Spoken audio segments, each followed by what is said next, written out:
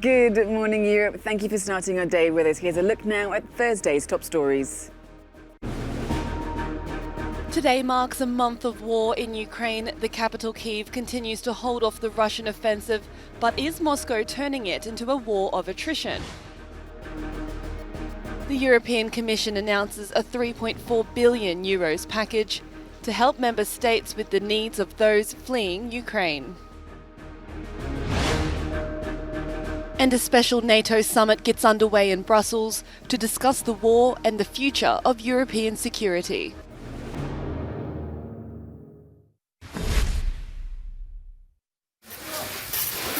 For these residential areas in Kyiv, yet more pain and misery.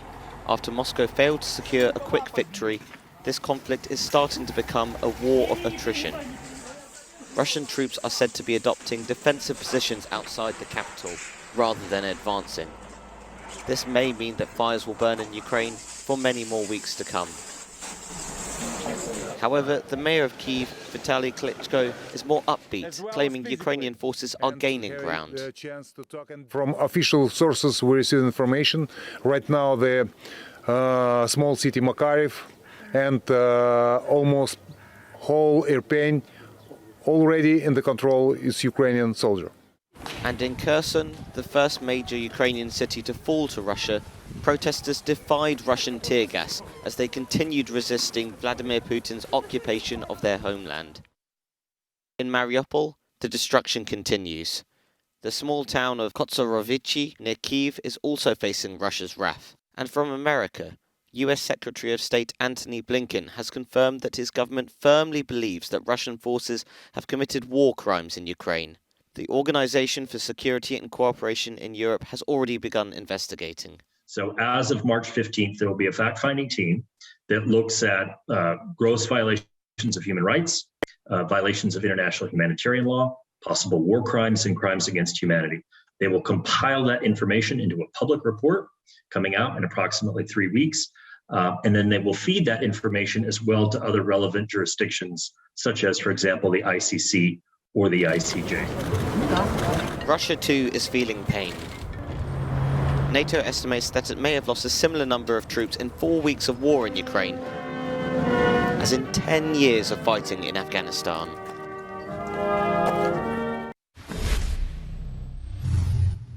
March 24th marks 1 month since the unthinkable happened, since Ukrainians woke up to the sounds of explosions and the news that war had been declared. And as the US President Joe Biden heads to Brussels for that NATO summit, the Pentagon has confirmed something that the Ukrainian army has been saying for the last few days, that its soldiers are currently able to hold their positions in some key parts of the country and also repel some of Russia's offensives. That is the case notably to the north of the Ukrainian capital, Kyiv, according to Ukrainian authorities, where Ukrainian soldiers are said to be currently surrounding the cities of Irpin, Bucha and Hostomel, some of the hardest hit areas since the start of this conflict. Ukrainian troops are also said to be consolidating their positions around the city of Makariv, a very strategic point to the west of Kyiv, a very strategic highway connecting Kyiv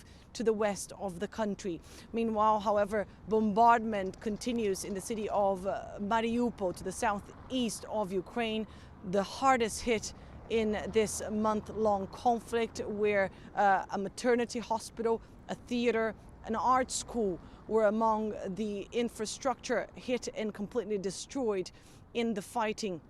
Some 100,000 people remain trapped there without food, water, or electricity, and emergency workers are not able to access the city, which is completely surrounded by Russian troops. Meanwhile, the Ukrainian President Volodymyr Zelensky has said that talks to try to end this fight continue, but are currently very confrontational. That as, of course, 10 million Ukrainians have been displaced by this war, and the death toll continues to climb. Annelise Borges from Lviv in western Ukraine for Euronews. Near the Ukrainian border, the village of Burekshurine is quiet. Here, refugees fleeing the war are taken by bus to an assistance point inside.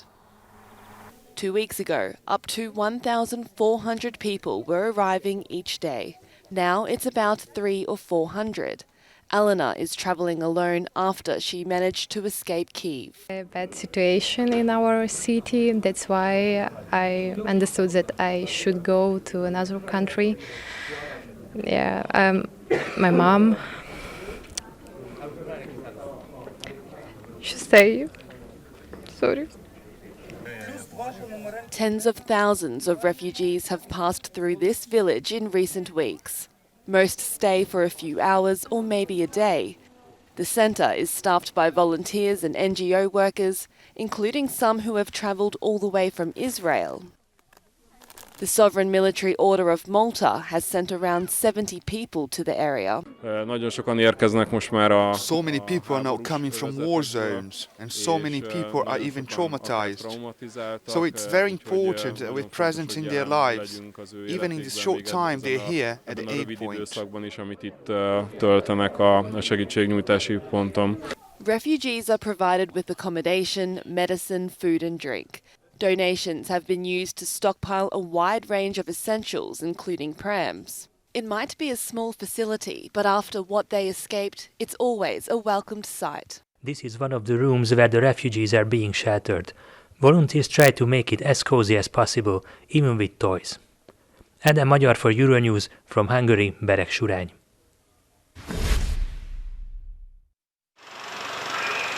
The European Union has announced a package of measures to aid its member states in helping millions of people fleeing Russia's war in Ukraine to access education, healthcare, accommodation and work.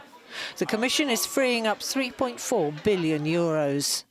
According to the United Nations, more than 3.6 million people, mainly women and children, have fled Ukraine, seeking refuge in neighbouring countries in the month since Russian tanks rolled across the border and Moscow began relentlessly bombing towns and cities.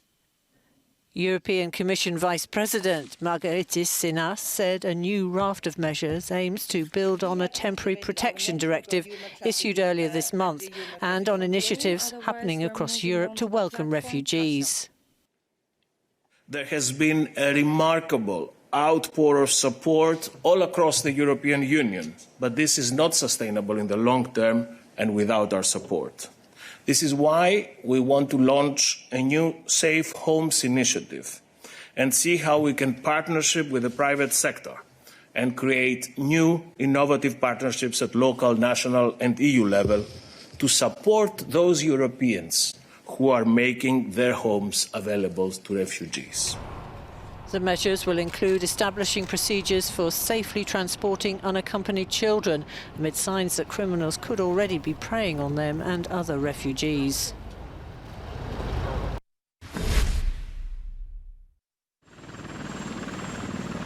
These are aerial shots revealing the massive devastation wrought by relentless Russian bombardments on the beleaguered port city of Mariupol. The images show a city laid waste and a population besieged without food, water and heating since the start of the war. In a statement released on Wednesday by Antony Blinken, the US Secretary of State, he said, based on the countless accounts of images of destruction and suffering that we have all seen, war crimes have been committed by Putin's forces in Ukraine. President Joe Biden arrived in Brussels on Wednesday evening. Biden will take part in an emergency NATO summit, a G7 summit and a meeting of the European Council on Thursday. Also on Wednesday, Poland ordered the expulsion of 45 Russians whom the government identified as intelligence officers, using their diplomatic status as cover to operate in the country.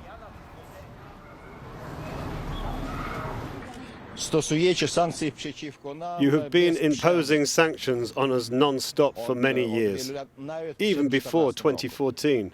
Has it stopped us even once?